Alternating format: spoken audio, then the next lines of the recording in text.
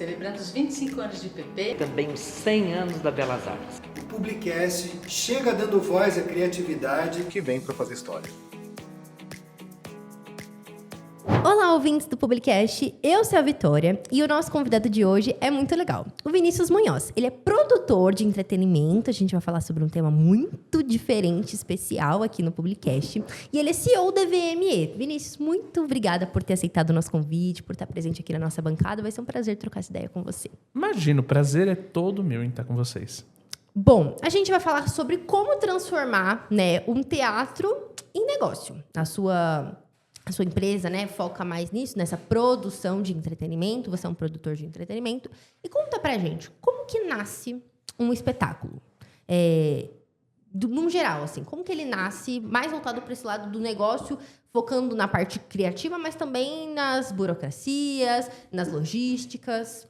Eu acho muito legal falar sobre entretenimento e pensar nisso como um negócio, porque de fato é, né? Muitas vezes a gente tem esse distanciamento da realidade de que entretenimento não necessariamente é negócio, porque a gente, enquanto público, não consegue, às vezes, entender e ter a percepção de todo o universo que existe por detrás do que é o produzir e o fazer, o ao vivo ali. Então, antes de mais nada, que é por onde você começou de fato também, é um negócio, então é uma empresa. Por mais que a gente tenha como produto final algo que ele tem tempo de duração, é como se fosse a produção de um filme, enfim, de qualquer meio, né, de comunicação.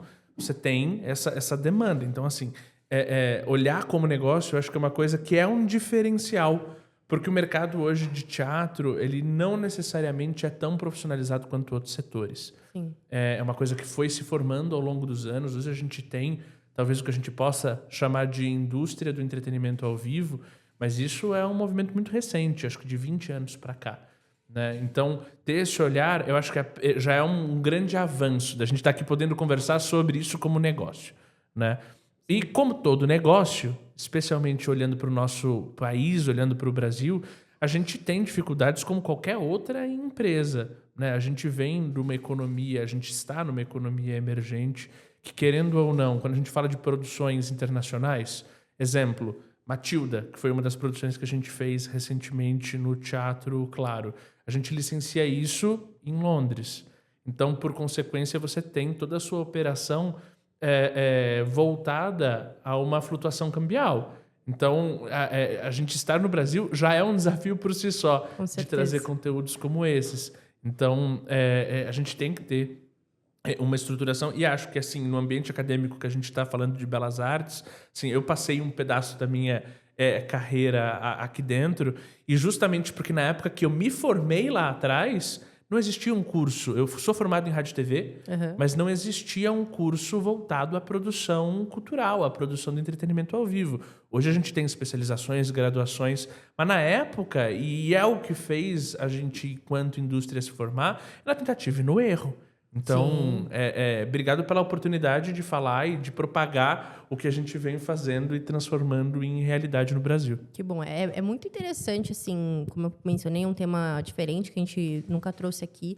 E quando a gente pensou em trazer você, é porque, como você falou, também dá espaço e as pessoas entenderem que é muito mais do que só algo voltado para a criatividade. A gente fez um episódio com os nossos coordenadores, Marcelo Auriano e Ricardo Basílio, e a gente falou como a publicidade também é um negócio, né? E agora a gente está falando como o teatro também é um negócio. E às vezes as pessoas têm uma ideia muito só criativa, fantasiosa e tal, e esquece que existe toda uma burocracia por trás, existe todo um negócio por trás, pessoas, essa questão de logísticas, como você comentou, né, mencionou, da Matilda, e aí a gente precisa considerar todo um cenário político, econômico. Então, são muitas coisas que acabam influenciando nisso, e muito mais. A gente vai no teatro e olha ali, fica ali admirado e tudo mais, e esquece que existem tantas coisas por detrás daquilo, né? É muito grande, né?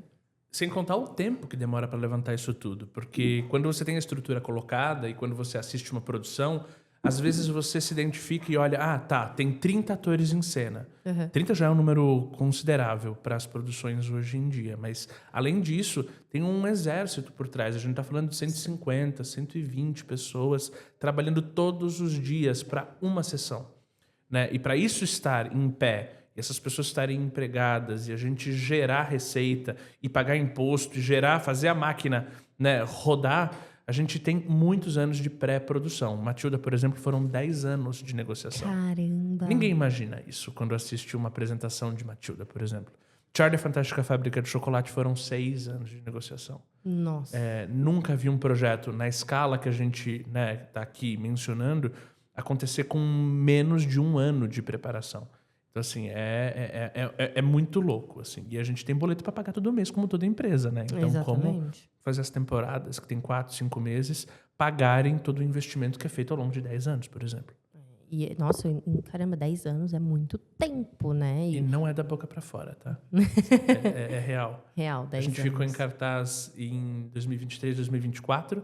A negociação começou em 2013. Nossa, é muito tempo. Ah. E eu acho que as pessoas... Isso começa a ser anunciado quanto tempo antes que vai acontecer? Depende muito da viabilidade, porque assim, né? Hoje existem mecanismos de incentivo à cultura, por exemplo, a Lei Rouanet, que é uma das principais formas, uma das ferramentas que a gente tem para viabilizar isso. Porque se você pegasse a capacidade de um teatro, vendesse 100% dos seus ingressos para uma temporada de 5 meses de temporada, por exemplo, que atinge ali uns 120, 150 mil ingressos, se eu vendesse todos os ingressos, seja inteiro ou seja meia, não paga a conta. Uhum. Então, a gente precisa de patrocínio. A partir do momento que o patrocínio é confirmado, você tem o anúncio da coisa. Então, quando o público geral acaba sabendo da existência de determinado musical, ele já está cozinhando ali há um tempo, né? O mercado B2B acaba tendo acesso a esse conteúdo antes do que o B2C, porque também tem esse híbrido, né? A gente conversa tanto com empresas para captar patrocínios, quanto como cliente final para a gente conseguir efetivamente vender ingresso. O que faz você comentou dessa questão de viabilidade, o que faz um espetáculo ser viável? E o que acaba pesando mais? Se é a questão do público, das marcas, da logística, o que pesa mais e o que faz ele se tornar viável? Assim, cada produtora e cada empresa tem a sua forma de análise. Ao longo dos anos, como a gente já fez muita coisa, a gente hoje se baseia em dados e em pesquisas. Eu acho que ter esse pensamento data-driven hoje, ele é importante, sem sombra de dúvida, a partir do momento que você tem as informações, né? E você conseguir entender o que tem aceitação do público aqui no Brasil. Porque não necessariamente um espetáculo que fez muito sucesso lá fora funciona aqui no Brasil. E a recíproca é verdadeira. Então, um musical que deu muito errado lá fora, às vezes é um gigantesco sucesso aqui no Brasil. Então, você tem que ter essa percepção de o que vende ingresso.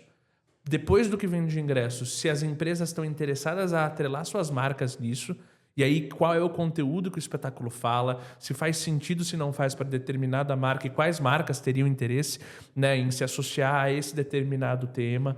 É um quebra-cabeça bem grande, assim. E é óbvio que não é uma receita de bolo e tem muito risco envolvido dentro desse movimento. Porque, querendo ou não, por mais que existem os mecanismos de lei de incentivo à cultura, como é que funciona a Lei Rouanet, né?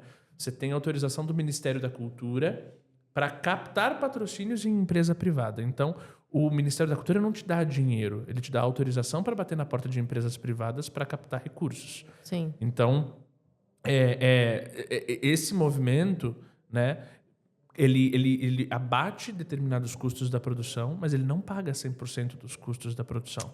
Então, inerente ao negócio, existe um risco colocado e você precisa entender se você quer topar esse risco, se você acredita no título, se você acredita que ele tem capilaridade na captação de patrocínios e executar ele da forma apropriada. Porque uma vez que você gasta R$1 ou R$1 milhão, você tem um compromisso junto à esfera federal para dar contrapartidas. Então, também não sei se todo mundo tem a percepção de como funciona a Lei Rouanet, mas você abre mão, enquanto produtor, de 50% da sua bilheteria como contrapartida. Então, Caramba. um teatro de 1.000 lugares, 500 lugares são vendidos ao preço que você vê lá na bilheteria. Os outros 500, 10% são dados de forma gratuita a instituições para atender os seus públicos. 20% são vendidos ao preço de R$50 inteiro e 25 a meia como o preço do Vale Cultura, para democratizar acesso. 10% são dedicados a patrocinadores de forma gratuita. E os outros 10% para divulgação do espetáculo. Então, assessoria de imprensa, permutas, parcerias, convidados da produção para aumentar o awareness do espetáculo. Sim. Então, com isso, de um teatro de 1.000 lugares, você só vende 500. E como os 500 fazem a conta fechar. Então, são os desafios, né, de se produzir aqui. E olhando para isso tudo, né, às vezes a gente não tem noção dos riscos, como você falou. Qual você acha que, se você pudesse citar um exemplo, ou pode ser até meio anônimo, assim, de alguma situação que você assumiu um risco para colocar de fato aquele espetáculo de pé, que podia ser que não desse muito certo, não desse muito retorno, porque o que você está mencionando, né, como você falou, de 1.500 lugares a gente vende, mas o restante acaba não girando tanto, e aí, às vezes, como você falou, pode ser que a conta não feche, não bata. Então, qual foi a situação assim que você falou, isso aqui é um risco, mas vamos colocar de pé? Toda a produção, sem exceção, nesses 15 anos produzindo, te digo que não teve uma que não teve o fator de risco atribuído. Porque empreender também é você estar suscetível a risco. Da mesma forma como a Volkswagen lança um produto novo, um carro novo, e se esse carro não tem aceitação, ela investiu o dinheiro e não vai ter ele de volta, o mesmo significa de você investir e apostar numa produção, né? Existem níveis diferentes de risco, né? Digamos que o ideal é você ter 60%, 70% do seu custo captado e essa diferença ser o risco que você capta via bilheteria, né? Mas não é uma receita de bolo, depende muito de cada custo e cada situação, cada teatro tem negociação diferente, tem capacidade diferente, está localizado num lugar diferente da cidade, então todos são fatores e assim, por isso também são os anos de preparo, né? Sim. Muita parte desses anos gastos na pré-produção é para viabilizar e minimizar de alguma forma os riscos que você tem dentro de uma operação dessa. Mas você tem que ter, assim, para quem está começando, né? Muita gente me pergunta, não, mas tudo bem, você já está há 15 anos no mercado, então tá, você tem dados, você tem isso, você tem aquilo, você tem um estofo financeiro onde você consegue arriscar mais. Sim. Mas para quem está começando, não começa tentando fazer o Wicked. Eu fiz, era numa outra sociedade, mas ainda assim fui responsável por captação de patrocínios, direção de produção, realizar e levantar o projeto da negociação de direitos à entrega para patrocinador. Wicked em 2023 no Teatro Santander. Se aquela fosse a minha primeira produção, eu tenho certeza que eu não conseguiria ter estreado sequer. Sequer chego na negociação de direitos autorais na ponta. Né? Então começa pequeno. Por exemplo, primeira produção que encabecei ali na frente como já empreendedor foi A Madrinha Embriagada. Ninguém conhecia aqui. Era uma produção pequena, justamente para começar. E não sair fazendo megalomanias logo de começo, né? Eu sou meio megalomaníaco, comparado a tudo que a gente já fez. Mas, acho que é um bom começo, sabe? Começa pequeno e vai subindo os degraus até chegar nas grandes produções, de fato. Até porque eu acho que quando fala dessa situação, nessa coisa de espetáculos, dá vontade de fazer algo muito grande, uau. E eu acho que para quem está começando deve ser muito difícil colocar esse pezinho no chão, porque a gente, como você falou, eu fiz A Madrinha Embriagada, ninguém conhecia, e deve ser difícil você colocar nessa posição e lembrar, ficar reforçando na sua cabeça, tipo, eu tô começando, tá tudo bem não começar com um grande espetáculo. Ainda mais num mercado que nem sempre é tão divulgados os espetáculos menores. Só se fala dos espetáculos grandes e é aquilo que aparece na mídia, é o que as pessoas falam e ainda nem tanto quanto deveria, mas deve ser muito difícil colocar esse pezinho no chão e pensar, eu tô começando, vamos começar mais embaixo. Mas é uma dicotomia, porque assim, né, o primeiro em que eu empreendi foi esse que eu comentei, o Madrinha Embriagada. Agora, o primeiro em que eu participei da produção foi o Rei Leão, que é a maior produção da Broadway. Então, assim, você entrar como o primeiro emprego da minha vida aos 17 anos de idade. Me contrataram sem saber que eu era menor. Porque nesse mercado também basta você ter uma PJ que você já consegue, de alguma forma, se relacionar ali profissionalmente com o mercado. E aos 17 eu fui assistente de produção de Rei Leão. Levei Família Addams para o Rio de Janeiro, depois para Buenos Aires, estreiei Jesus Cristo Superstar aqui no Brasil e parti para empreender. Então, assim, a vontade era de fazer Rei Leão 2.0. A vontade era de seguir para uma... Mas não dá, assim, é impossível. Quer dizer, impossível é muito difícil a gente sempre colocar um limite à nossa realidade. Claro. Mas é muito difícil você conseguir Sim. num primeiro movimento fazer, assim. Mas ouça o seu coração, sabe? Muitas vezes, por mais que a gente tenha que ser guiado pela razão para realizar as produções e as coisas efetivamente acontecerem, a gente sempre tem o nosso feeling lá no fundo. E eu acho que a gente deveria ouvir mais e acreditar mais naquilo que a gente ouve de nós mesmos, sabe? Você mencionou, né, que em Wicked você fez essa captação de patrocinadores. O que você acha que é a chave para conseguir captar esses patrocinadores para um espetáculo? Até mesmo falando de espetáculos grandes, mas também para espetáculos menores, né? Eu acho que você precisa primeiro entender muito do seu produto.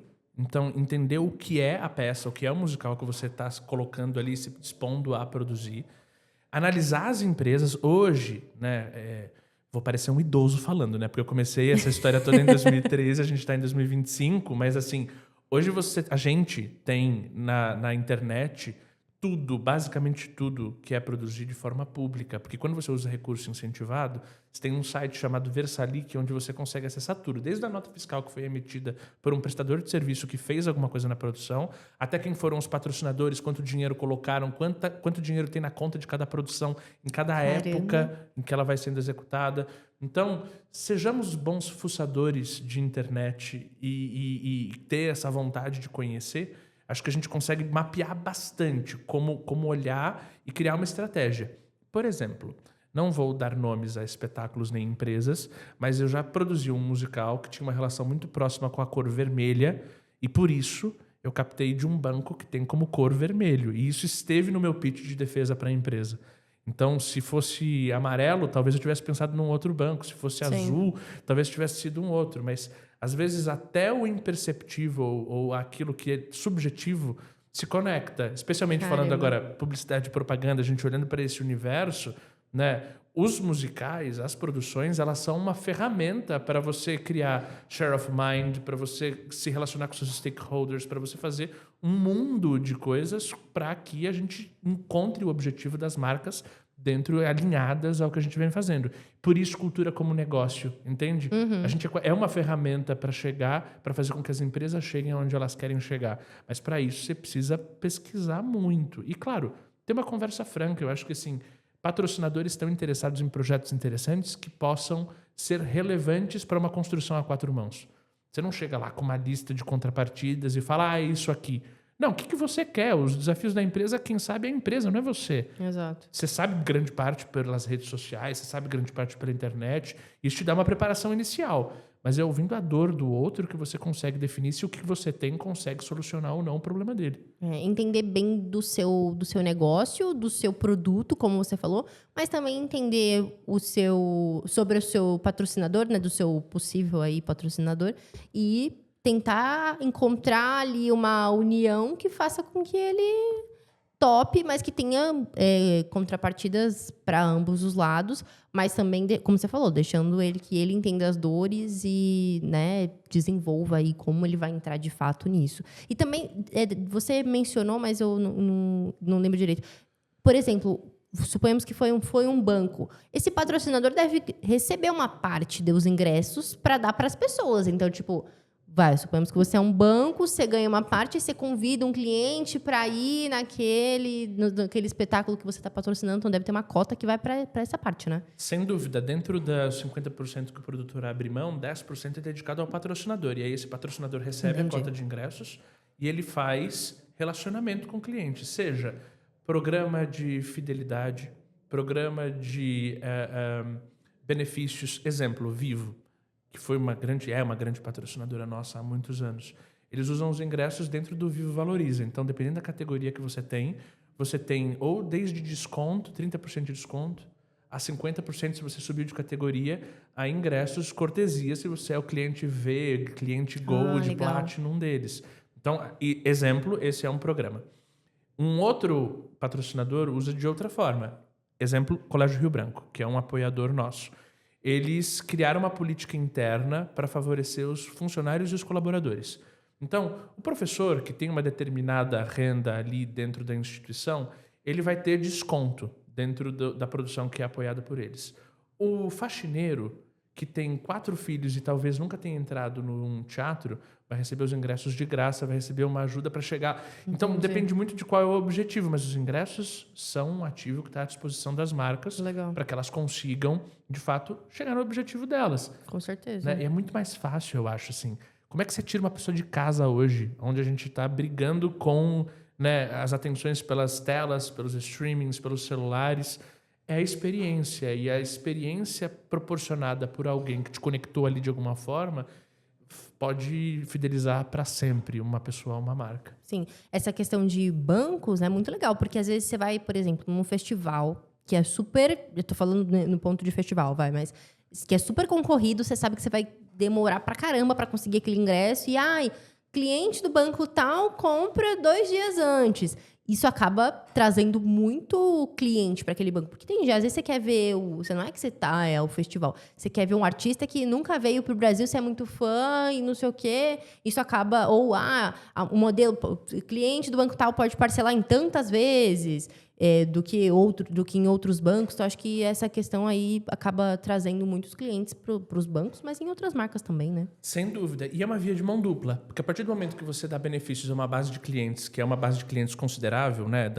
Usando o exemplo que você deu dos bancos, você também acessa esses clientes de uma forma diferente para a venda do seu ingresso. Uhum. Então, é um benefício mútuo, assim. E, de fato, a propriedade de pré-venda, né, de você poder ter acesso antecipado a ingressos, é uma coisa que efetivamente mexe no número de clientes e de possíveis novos clientes que antes não faziam parte da base de determinada empresa. Entendi. Então, super funciona. E Sou suspeito para falar, né? Mas funciona. antes de você ter, né, a sua própria empresa, você já trabalhava na produção de espetáculos, né? E lógico, eu acredito que são muitos, mas talvez o maior ou um pouco mais geral, os aprendizados que você trouxe da sua época trabalhando em outras empresas, produzindo em outras empresas, que você implementou na sua empresa, né? Na cultura da sua empresa. Seja tanto pro lado bom quanto pro lado ruim, do que não fazer e do que fazer. Claro, eu acho que assim, se a gente está falando de entretenimento, de cultura, né, o objetivo é, obviamente, passar uma mensagem, é você contar uma história, é você emocionar um público e, portanto, você precisa de ser humano e de pessoas por trás para fazer isso acontecer.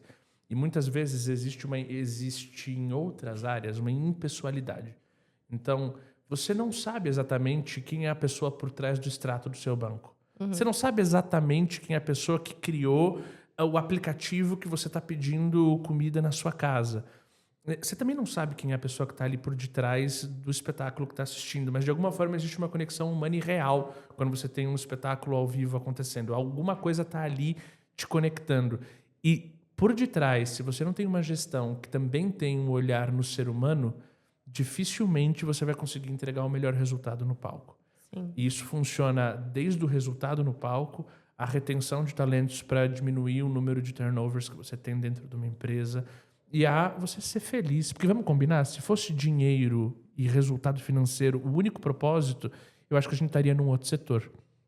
Eu acho que assim, todo mundo, e eu digo com muita propriedade, eu falo no meu nome, mas no nome de muita gente do setor, de que nós somos apaixonados pelo que a gente faz. Sim. E se a gente é apaixonado pelo que a gente faz, vamos ser felizes fazendo aquilo que a gente gosta. Eu acho que isso serve para todas as áreas, né? Serve, mas eu me pergunto se todo mundo pensa assim. Acho sabe? Que não. Se às vezes outros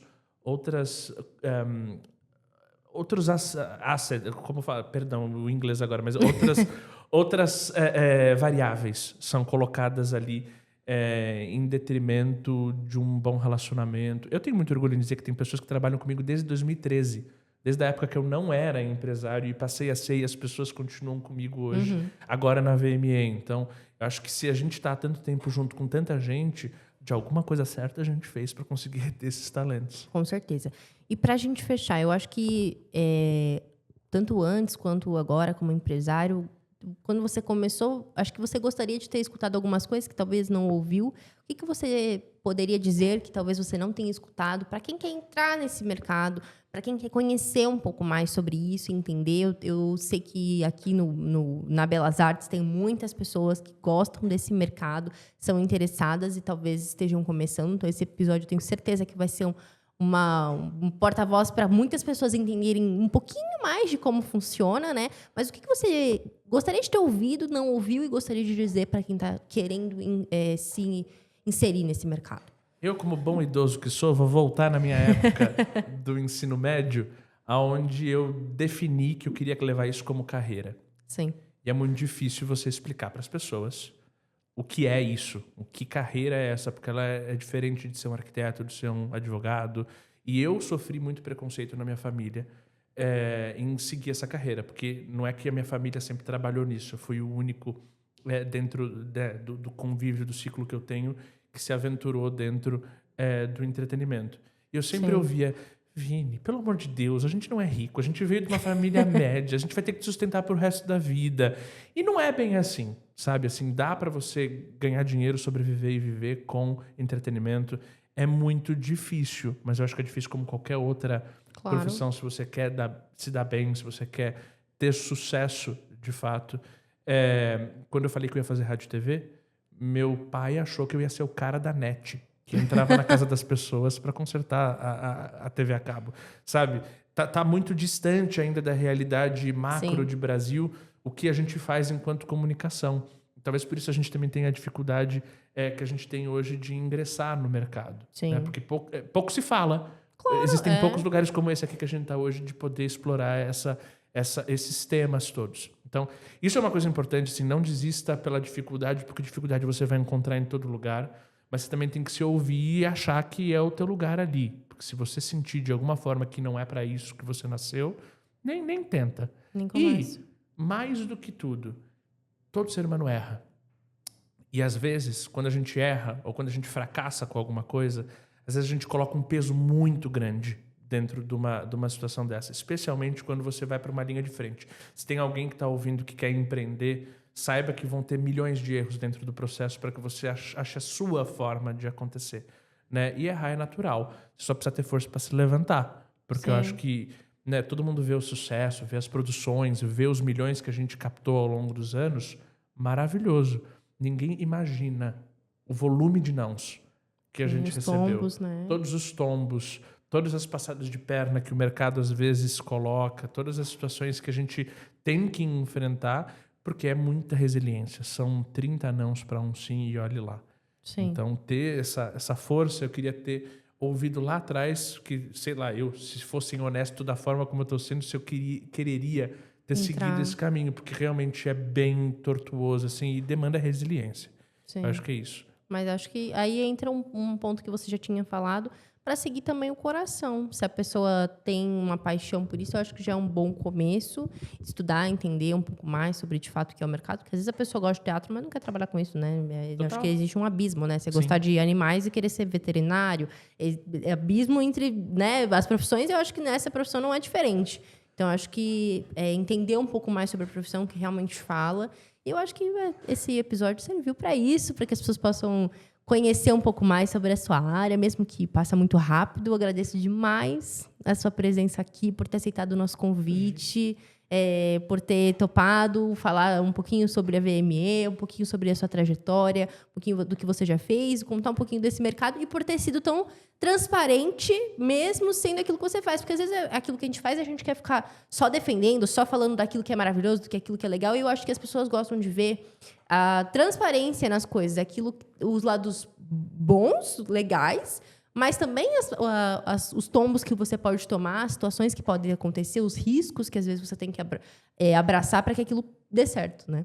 Não, sem dúvida. E acho que assim, a gente tem que ser honesto e o mais humilde possível para compartilhar, porque eu entendo muito que cultura e educação, cultura e informação, de alguma forma, geram pontos indestrutíveis. E ter a oportunidade de ajudar uma pessoa que esteja ouvindo e que, de alguma forma, a gente encurte o caminho dela dentro do processo, já vou ter ganhado o meu dia. Ai, que bom. Muito obrigada, Vini, por ter aceitado o nosso convite. A bancada do Publicast está sempre aberta para te receber. Obrigado, eu que agradeço. E esse foi mais um Publicast.